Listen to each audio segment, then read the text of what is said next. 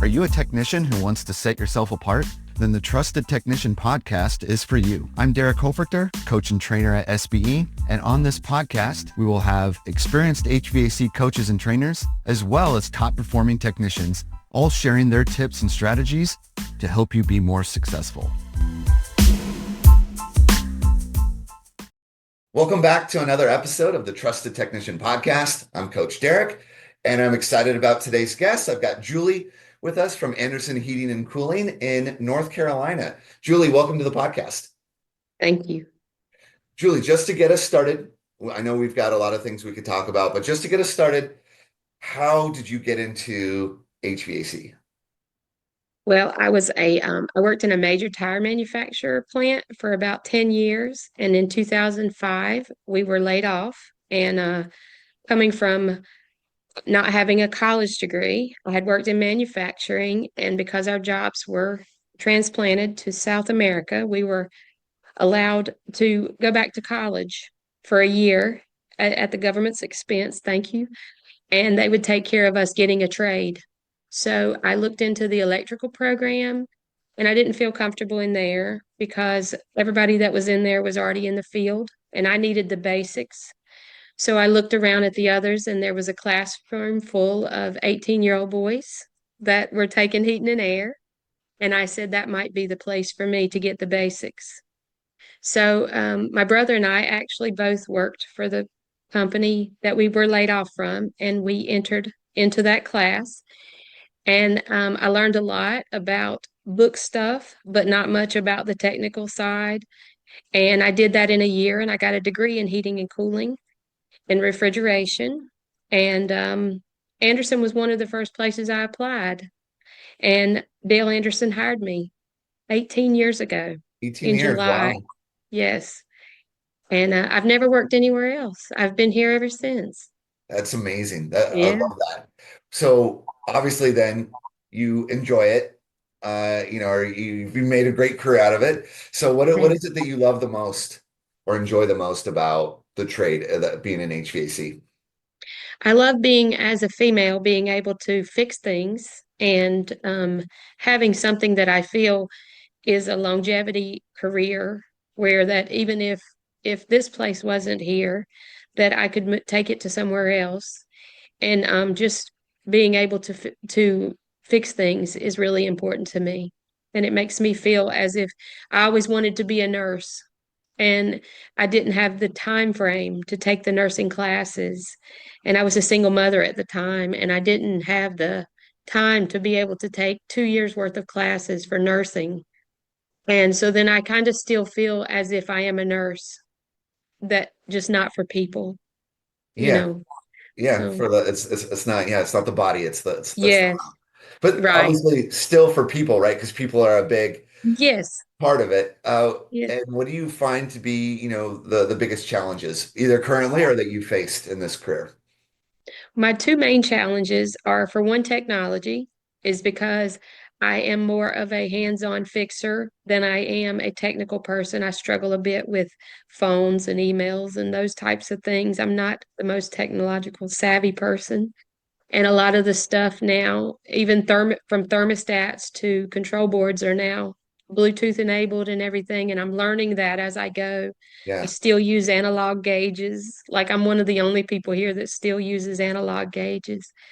I would be that nurse using the blood pressure cuff, instead of the technical stuff. And but I'm learning. I'm learning as I go. But I struggle with being a female in a male dominated field.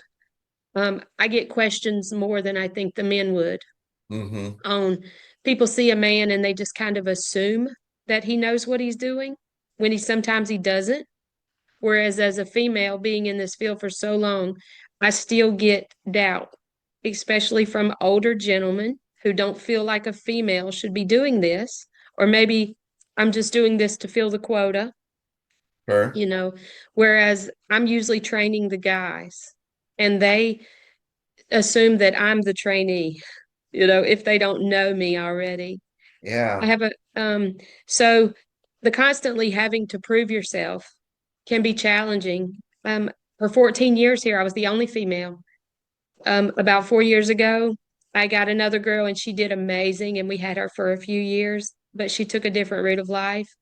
And at one point there were three of us and the other two girls did do good, but maybe they couldn't handle the challenges of being a female and also um it's just not what a lot of people see a female doing, you Yeah. know.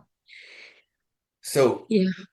we were kind of talking earlier before we recorded that, of all the episodes that I've done here, I've only had maybe three or so guests on here as technicians who are women. And I would love to have more because I'm really curious about, hearing more about this story because I think this is, um, it's really important. There's a massive labor shortage in the trades. And in my opinion, one of the solutions for how companies can address this is open up the net, of the Right, potential right, candidates. Like, don't restrict. There's already a shortage. Don't restrict to half the population. Like, right. and the women technicians that I personally know and coach are phenomenal. They're phenomenal Sure. technicians. So how do you handle it when you're in that scenario where maybe you show up at the house and you can see, like on their face that they're Yeah. surprised to see you. So what's kind of your strategy for navigating that? Well, sometimes I have to play to them and I'll say, I may over explain or I'll answer a question that I know they already know the answer to. Or I'll even maybe overdo it a little as far as just checking and showing them more things and inviting them into my world of the exploration of their system, you know, and just talking about, I may even teach them something, that they didn't already know. And that kind of shows them that that I am capable of taking care of their product and their home, Hmm.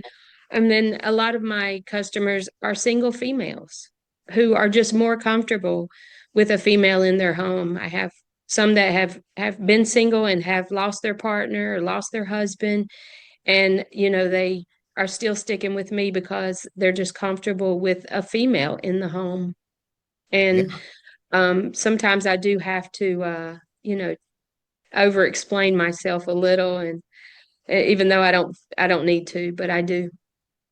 I understand that, in the trainings, we talk a lot about trust, right? The name of this Yeah. podcast is The Trusted Technician. And Yes. when I'm talking about trust, I talk about there's kind of like different ingredients that make up the trust. And one of the ingredients is competency, that Sure. we want to trust somebody that we believe is capable of doing the work. If we don't think, that they're competent, Hmm. regardless of who they are or anything like that. So do you feel that as part of that trust building process, what you're talking about, that you feel like maybe you have to work harder to prove the competency bit on things because some of the other ingredients are like authenticity and empathy, Right. which may become easier for you Yeah. when it is the single female or things like that, Right. right? I But do I do feel like I do feel like I have to prove myself in the beginning. But once I've proved it, I'm proven. Like I don't go to a lot of new customers. I have enough customers to keep me busy all year. Repeat customers. If I do get a new one, they've usually noted in there to me that it's a new one, which I already knew that, but they note it, that this one has come referred.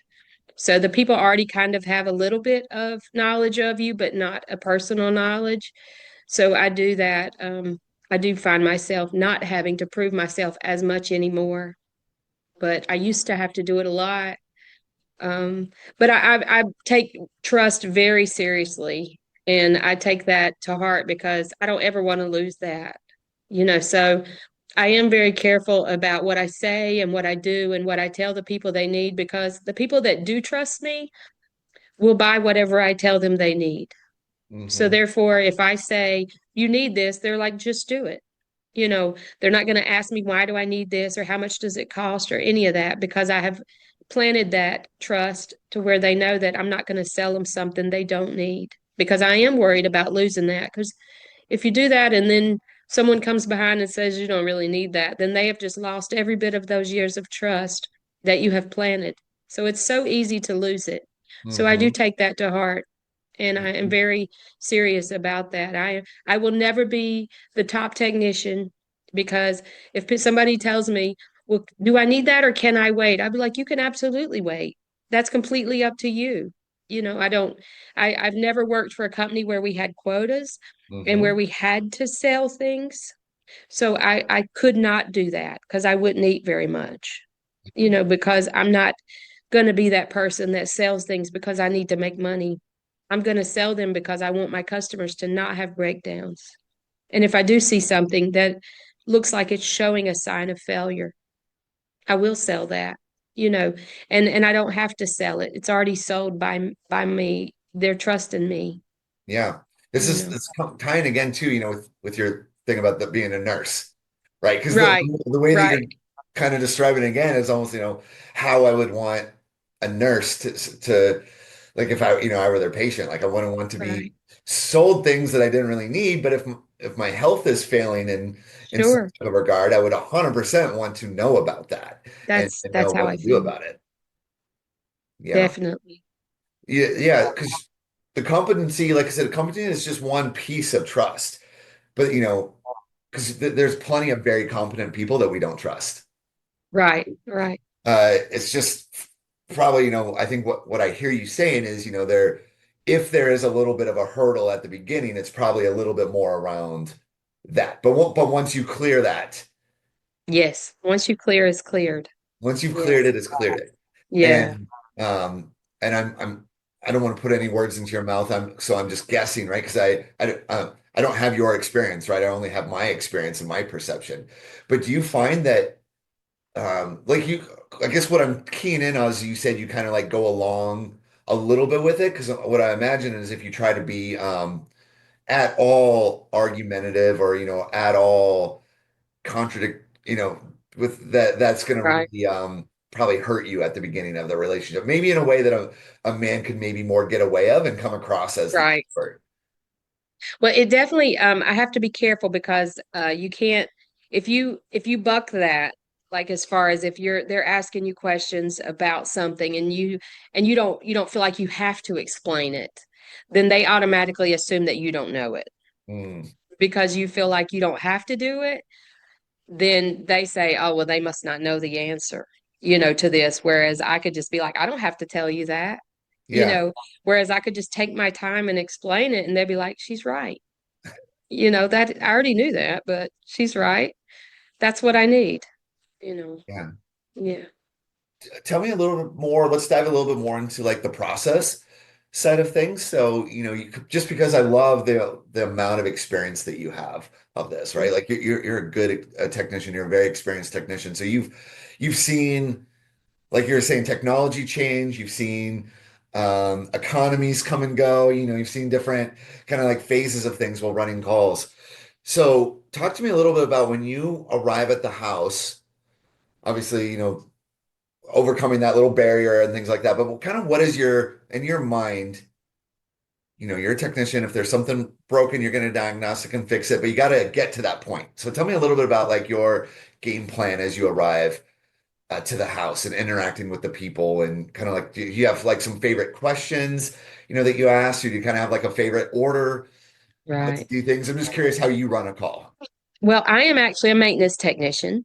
I am not a service technician, even though I do help out with service when we're busy. Hmm. Um, or I do have some customers that will insist that I come out for their service issue. But Sure. otherwise, I just do maintenance because I play a competitive travel sport and I don't want to work Oh, weekends, wow. honestly. So I do not want to be on call.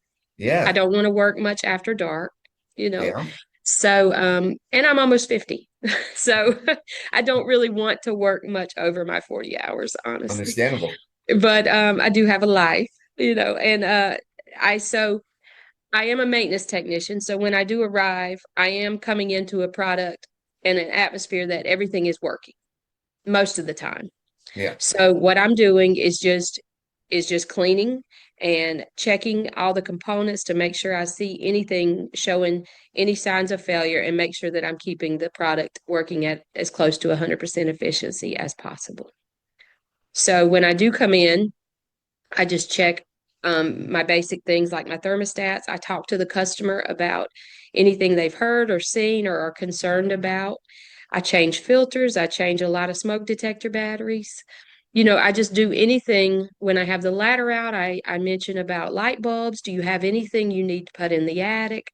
Wow. Just things that while I have the ladder out, is there anything I can do for you while we have this? Because, like I said, a lot of my customers are single older females. I work 2 55 and over communities where the average age is 75. So I don't have, they don't have a lot of access to people to help them with the ladder issues and things like that. So that also counts into my trust factors where they feel comfortable with me and they already sometimes have things sitting out ready for me. Julie's coming, she'll change this for me or Amazing. and I have no problem with doing that. And some people if they see you be like, oh, okay, or they don't act as if it's okay for you to do the extra things, then they'll never ask, and they'll end up paying someone to do that, that they don't have to. We're there. And it's just the little extra mile things like that that will have you retaining a customer for Yeah. years, Yeah. and Oh, sorry. Go ahead. no, you're fine. I just that's where I start at with my maintenance calls. Then I check everything out, and then at the end is when I'll show them pictures of anything that I found, or I'll give them suggestions of anything that I found that could be a possible failure issue. And at that point, I'll make my repairs. Yeah, I love that. And I love what you're Mhm. saying too about just little attention to detail. Like you're saying, Right. light bulbs or things like that. Like that's something that as a trainer, it's hard to teach attention to detail. Yes. I think that has to just come out of, a lot of that I think is just who you are, and comes from Right. the inside. I love that. So running maintenances, like you said, for the most part, it's a maintenance, the system is working. But I would imagine that, if you're running maintenances on older and older and older systems, your customers really trust you and want to know what you think, that you're probably running into situations where you're helping them navigate like a game plan on keep maintaining or replace a system, or at least Right. starting to think about that path. Is that something that you kind of, as part of running maintenance, help people navigate? Maybe starting to It think is. that. What's your like philosophy or approach to navigating that? Part? Okay. Our company policy is that anything that's 10 years or older, we start with planting a seed. So at Mhm. 10 years, at that point, we start giving replacement quotes. Okay. And we always do a best, better, good type option to where we give you the top of the line with all the bells and whistles, and then the middle, and then the base. So I start talking to them about that. So usually after the first year that I've started talking about that, the next year they start asking me, well, do you Mm. think we're there? Do you think we're there? I always get that question. You let me know when it's time, Oh, wow. you know. So that's what I came back to about if I tell them that they need this, they're going to buy it. Okay. So if I come upon a system and you've got two problems that total less than $500, I'm going to tell you, I don't think we're there. You know, it's up to you though if you want to put a couple $100 into this system and get a few more years. I can't guarantee that, Mhm. but at this point, I'm going to give you those options of repair or replacement. It's up to you as to whether which route you want to go. And I always get well, what would you do? Yeah. You know, so at that point, I'm going to tell them what I would do. I would not put more than $500 into this system. If it's more than that, then at that point, I'm going to look at replacement, Mm. because I don't want you throwing away good money, Hmm. you I, know. I love what you said, about planting a seed. Like it doesn't Yes. mean that as soon as the system turns 10, it's time to, but I think it's good to start thinking about it, right? Yes. Especially just with how they're made, just everything. Yeah, when it that's why the warranties typically end around year 10, right? People It that is. the Yeah. companies that do the warranties are very smart about how they manage it, Right. and things like that. And so I think that's doing a huge service to your customers so that, maybe it is year 14 or 15. It's not just a brand new, oh, oh my gosh, I haven't been thinking about this. I haven't been, like I like that you're, like you said, planting the seed, and maybe Yeah. year 11, year 12, you're like, no, not there yet. Getting closer. Here's how you'll Yeah, know. Maybe we'll see it. I love that it's a multi-year, maybe process and conversation for them. It's kind of what you're telling me. yeah. And what has helped me with my sales in the past few years is that we are having every year prices are jumping so Yeah. much, with different product increases that has to be passed on to the homeowner, unfortunately. But so when I gave you quotes a year ago, when I give them to you again this year when I'm back, now they're up a grand. So they're like, oh crap, Yeah. a year ago this was $1,000 cheaper than it is Yeah. now. And I can say, well, next year it might be 1,000 more. So, I can't guarantee that or I can't see the future to know, but I can tell you most likely that nothing's going down. Yeah. So it's up to you at that point. Are you ready Yeah. financially? Yeah. And I want to give you options about that. You can set this up on a monthly plan, or if this is something that you need to set up on that. I can tell you what the rates are right now, but I can't tell you what they're going to be next year. I'm Mm. glad you said that because when you first, were describing to me, I didn't even make that connection. Well, what I was just thinking about, you help them prepare, you help them ease into it, maybe if Right. they are thinking into it. And I'm glad you said that because you're so right. If they're used to seeing starting at year 10 what the current prices are, they're well Mhm. aware then of what's happening versus the customer, their system is 14 years old and it's been 14 years since they saw what system prices Right. are. They might in their mind be thinking, you know, Oh so, yeah, they have no idea. yeah, in their mind that might be 10 to $15,000 off at this Right. point from what they. So I like that you're showing that every year and they can see. Yeah, now it's this year. No, that's such a good point, and I didn't even make that connection at first. And some of them have never purchased a unit because it came with their home. Yeah, So they've never purchased it. All they see is, what they've Googled. Average price of a replacement is from 6 to 60. yeah, that doesn't help. It's a huge range, to Yeah, where people don't have a clue when it comes to replacing. And then a lot of people do get multiple offers, or multiple estimates. sure. And then if I don't come in and bring you the top of the line system with all these extras, and then somebody else and brings you that, then they come back to me and say, well, why didn't you offer me that? And do you not think I need that? Or Yeah, why is your price so much less than theirs? You know, they obviously think, saw that I need all this other stuff and you didn't think that. So I have to give you this and know that this price is from here and can come down if you decide to remove these options. So I do definitely give options as far as mhm. what I think you can benefit from, but not necessity. I love that. That's so good.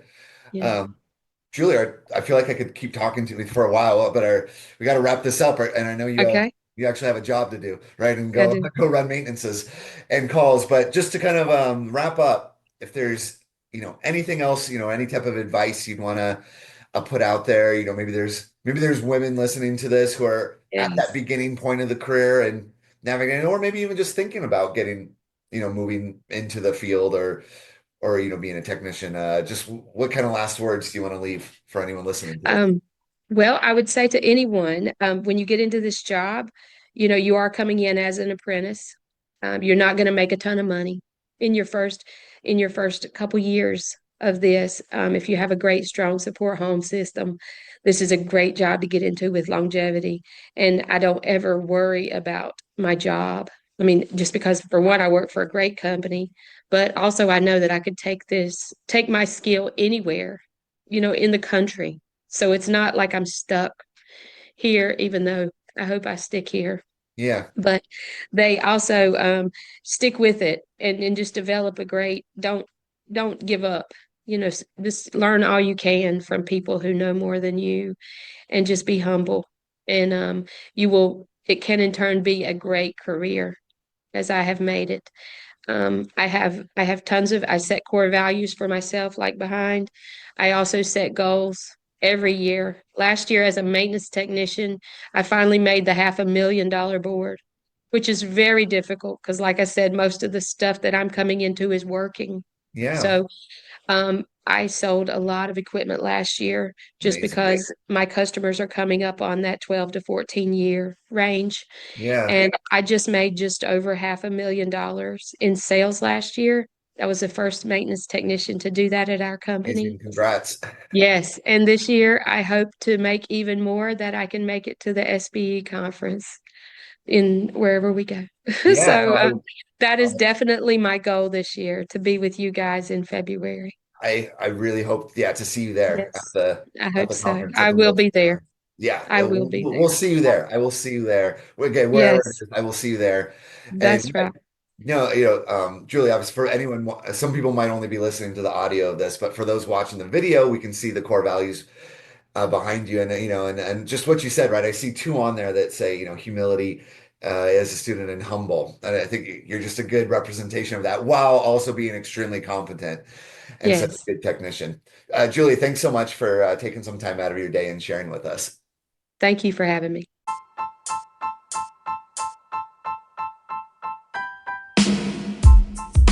Thank you for listening to the Trusted Technician Podcast. If you would like to learn more about SBE, you can find us online at sbeodyssey.com.